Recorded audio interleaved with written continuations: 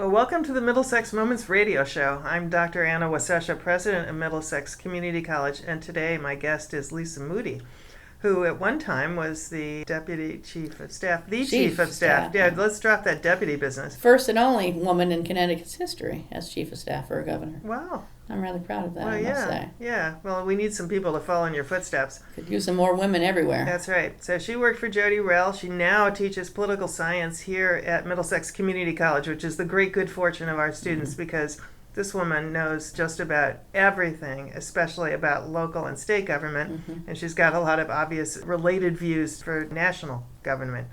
So today I think we're talking about a little bit about climate change is how I would think about it. You know, the state of Connecticut's budget is in disarray, shall we say. And actually I read in the paper not too long ago that the last time that the state ran a very significant deficit was with Jody Rell. And money had to be borrowed to cover part of the cost or part of that loss or that debt. And I thought, where do you go to borrow money when you're a state? Wall Street. You go to Wall Street to borrow money. It was actually done before we did do it, but before us, John Rowland had done it as well. And I don't know if other governors had. That when you get to a point, Connecticut, unlike the federal government, we are required to pass and to have, at the end of the year, a balanced budget. So when you don't balance, and we didn't have, our problems came at the end of the Rell administration because of the recession of 2008. When everything hit, that's when we started getting red ink. And much like many other states, we had red ink. But we had used up our rainy day fund, which is sort of the state's nest egg of savings. And we had nowhere to go, so we needed to borrow money. We didn't want to raise taxes. She was convinced that that was the worst thing you could do in a downturn. So we borrowed money, and we had a 5-year plan for paying back that money. They were called Economic Recovery Funds, or ERFs, as we called them back then.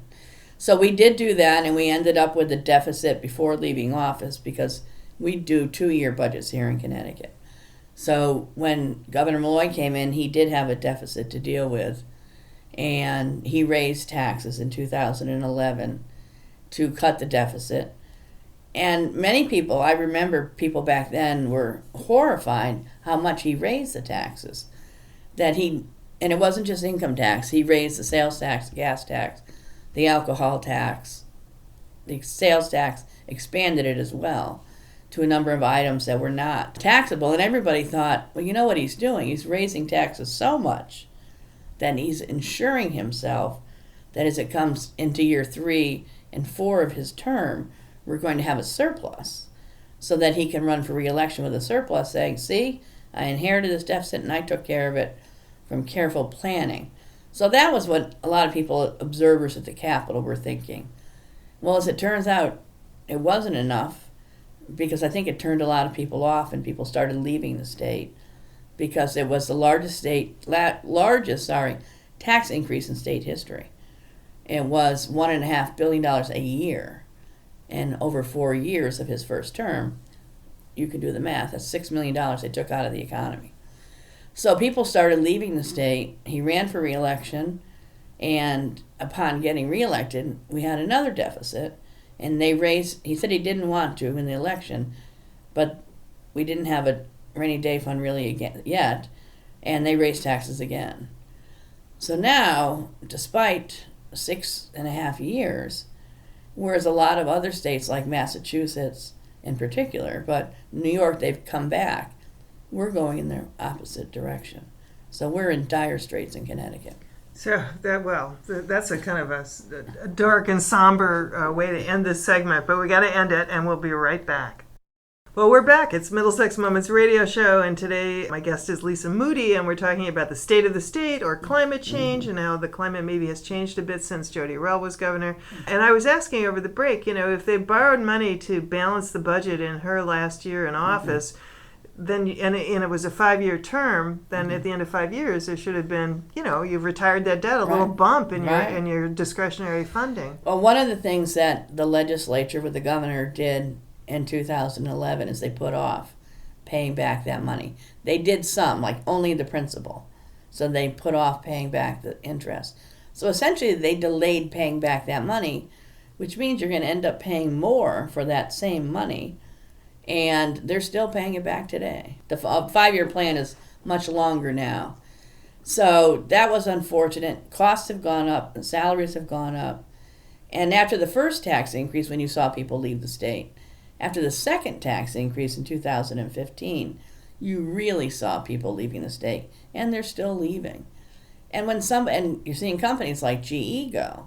So when somebody leaves the state, they're not just selling their house, but they're leaving their income tax, their sales tax, whatever they pay in gas tax. They're leaving all that revenue behind. Somebody's got to make that up. So while people are leaving, we don't have the same number coming in. They're all saying, why am I going to Connecticut? And now the legislature is in the throes of, frankly, talking about a third tax increase. And I just can't believe they would do that. If evidence of increase number 1, people left, and evidence increase number 2, people left, more people left, why would you do that? But so this show won't play probably until a week hence, but yesterday, so we'll ground it in our current day reality. Yesterday, the Appropriations Committee wasn't able to agree on a budget, right, which apparently has never happened before. The way it works, the Appropriations Committee meets first. The governor makes a recommendation in February for a budget. It then goes to the Appropriations Committee. They review it, because the governor can only recommend, only propose. It's up to the legislature to act or dispose. And they review it, then they make their recommendations as a committee, then it goes to the full House and Senate. Well, tomorrow's actually the deadline, tomorrow Thursday is the deadline for the Budget Committee, the Appropriations Committee, to take action and finish their recommendations to send it to the full House and Senate. And I guess yesterday was such a circus, they canceled the meeting, and they have no plans of going back to meet again yet, which means there will be no formal budget approved by a committee. They can certainly bring it up in the House and Senate as an amendment to something, or as something they call an emergency certified bill. But I don't remember a committee never taking action first. That's unusual.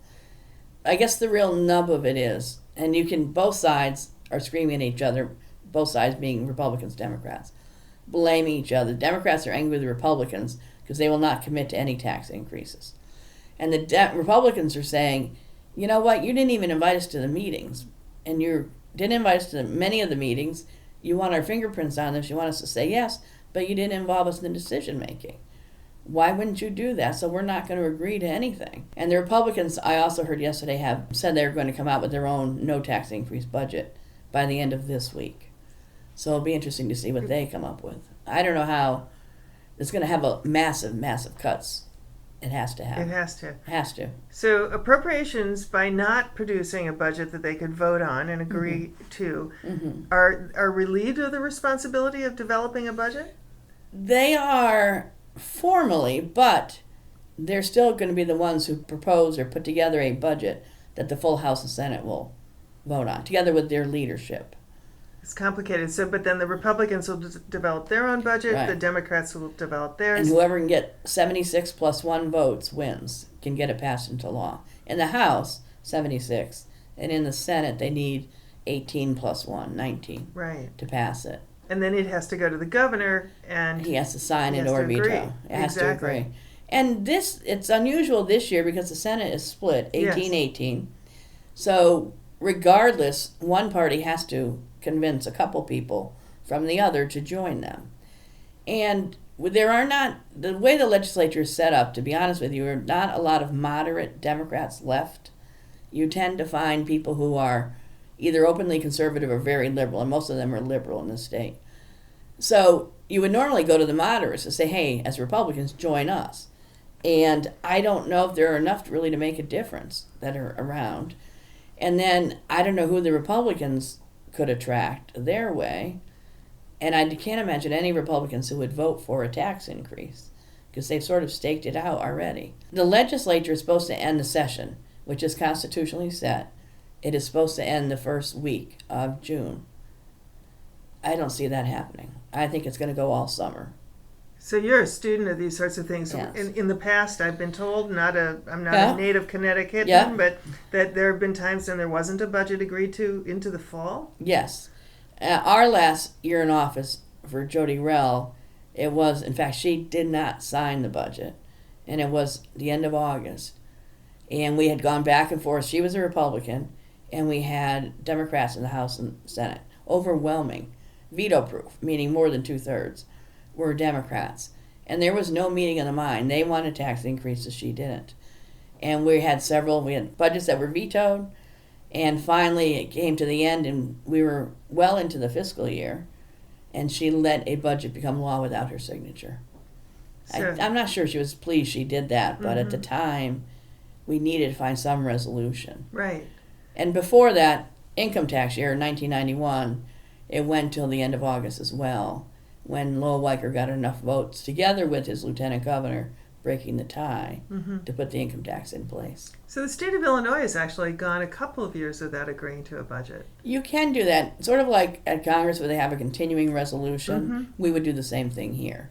But usually you do it a couple weeks, let's continue for a couple weeks, and then you can renew it if you want, which is what they're looking at in Washington this week, or we'll see a national shutdown. Right, exactly. Because their continuing resolution is about to end. Yeah, yeah. So you don't have a crystal ball, and I don't either, but I'll ask you this anyway. Part of the governor's proposed budget, which came out in early February, was balanced on huge concessions from the CBAC, which is the state employee bargaining group. So, I mean, if you had a crystal ball, what would you see in that crystal ball? I think the problem is I'd say 3 big items. That's one, that over the 2 years of the budget, again, we have a biennial budget, he was expecting about $750 million each of the 2 years so $1.5 billion for concessions from the unions. And they have expressed to date a less than enthusiastic response to that request. The governor also put in there 2 other fairly new things. One is switching around local education aid, arguing that it's really the big urban areas that need more of our education money. Why are we giving anything to many, many towns? And so what his idea was to take money essentially away from 60 or more % of the towns in the state. And not all Greenwiches. You'd have people in Wallingford and Durham and everywhere lose money. Groton would be decimated. To give it more to the urban areas where the needs are greater for the student. And then he also said to the cities and towns, well, you know what? The state picks up all the retirement costs for teachers. We're going to make you start picking up some of the cost. And this nobody saw coming. And the cities and the governor said, mine is a no tax increase budget. We've done enough tax increases. And the mayors around the state, rightly so, were like, are you kidding me? You just made us raise property taxes. You want us to pay $400 million for teacher retirement, and you want to take away our education money, which is our biggest grant from the state. We're going to have to really increase some local property taxes, which are already the most onerous. And surveys have shown that in the entire state, the one tax people dislike the most and think are overly burdensome and unfair are property taxes. Right, it's because it's regressive. It is regressive. So, the mayors of the cities and towns were not happy. What I did hear come out yesterday of the budget the Democrats were hoping to get support for, but didn't, even within their own party, let alone Republicans, was they basically said, we're taking the teacher retirement savings off the table. Cities and towns, we're not going to give you that. We'll keep the $400 million. So they've got to find the $1.5 million for concessions. They have to find the $400 million that they took off the table for teacher retirement. And I heard they were looking at just doing a minor, like $25 million. We'll start the process of taking money away from smaller cities and towns for the bigger. And that would have been a $25 million price tag, which means there's still several $100 million that they're going to have to find because that savings is no longer available. So they need to find about $2.5 billion. In addition to which, if you're not depressed enough, and we're going to get a full answer by the end of this week. The nonpartisan Legislative Office of Fiscal Analysis has determined that for the current fiscal year, the money is not coming in the way we thought it was. That a lot of income tax revenue is down because people have left the state. More people are leaving than we even anticipated. So that we may, for the current fiscal year, we may be $280 million or so in the hole more than we had anticipated. And we don't have that much money in our rainy day fund, which means we're going to have to borrow money. Sound familiar? From Wall Street. From Wall Street to pay for this year's debt, in addition to figuring out how do we fill that $2.5 billion hole for next year. For just 1 year. We have to take a break. We'll come back to high finance and climate change in just a minute. Well, welcome back to the Middlesex Moments radio show. Probably the most cheerful recording of a radio show I've done in years. Lisa Moody is my guest. We're trying to make some sense out of the Connecticut state budget and the process for getting to a budget, and then the impact on those of us who live in Connecticut. So let's go to timeline. What is the timeline for this? So we discussed that the Appropriations Committee, the Budget Committee, was supposed to act. They actually have a deadline of tomorrow at 5 o'clock to act on a budget. Right now there are no meetings scheduled, which means they may likely not act on a budget. It'll have to come back to the full House and Senate as an amendment or as an emergency certified bill. The Finance Committee, which is our tax committee in the state, they have until Friday at 5 to act. And they're actually holding a public hearing this week to put out a number of tax increases and get public feedback, which I can't believe you're going to get a lot of positive feedback regardless of the tax. And they're supposed to report out their recommendations. Remember, we're supposed to have a balanced budget. So usually the budget goes first. So let's say that number is $19.5 billion. We're somewhere in there for the state for a year. Then the Finance Committee has to show how we're going to raise that from fees and taxes and everything. 19.5, and it's got to match. It's got to be balanced. And there's usually a little fudging going on because you're projecting how much are you going to bring in for sales tax and income tax. But it's usually pretty close. Well, finance, if we don't have a budget, what are they going to project and what are they going to put on for dollar amount? Right. I guess they could do it based on what Approps was going to do before they couldn't get the votes for. And then on top of this, we had talked about that I had read last week that our income tax receipts for the current year, which ends June 30th, are down. And by Friday, there's under law, we have to come up with consensus revenue estimates. And when we say consensus, that means the legislature with the administration have to come up with consensus revenue estimates for the forthcoming year. And when we say the administration, that's the Office of Policy and Management, which is the state executive branch's budget agency. Some people think it stands for other people's money. That's what they spend, our money. And then the legislature's nonpartisan Office of Fiscal Analysis. The budget gurus get together and they hash it out and they say, okay, this is what we think is coming in right now and what we think will come in next year. That report is also due on Friday. And because they've been busily counting and opening envelopes at the Department of Revenue Services, because a lot of people wait to the end to pay their taxes, particularly those people who owe taxes. So they had been counting money and trying to figure out, are we on target, are we off? The guess was we're off by $265 billion or so. Million. Million. Yes. Million. Yes. Geez, I almost made it even worse. But that we're off, but we'll get a final estimate come Friday. Right. Because they really are still over there opening envelopes up, hoping that rich people die. And have to pay a state tax. And have to pay a state tax. But so we'll know tomorrow what they think, or Friday, and what the Finance Committee does. So when Governor Malloy issued his budget in February, did he have a thumbnail sketch of what the revenue would be? Yes, he did. And you have to, because he has to offer a balanced budget. So he offered a spending plan and a tax plan. And he did a lot of tax cuts and shifting, like money to cities and towns, so that it wasn't on the state's books anymore. You have to pay. So you freed up $400 million from the state by saying you pick up teachers' retirement. And you saved 1.5 by saying we need concessions. He didn't delineate any of those, but he just said you need to have concessions. So he did have a plan, but again, he did that in February, and usually it's May or June before the legislature acts. Right. Anyway, so things do change. And things have been changing in Connecticut, but not for the best. So I don't wish anybody to go through what the legislature is going to have to go through, because there are some tough decisions that are going to have to be made.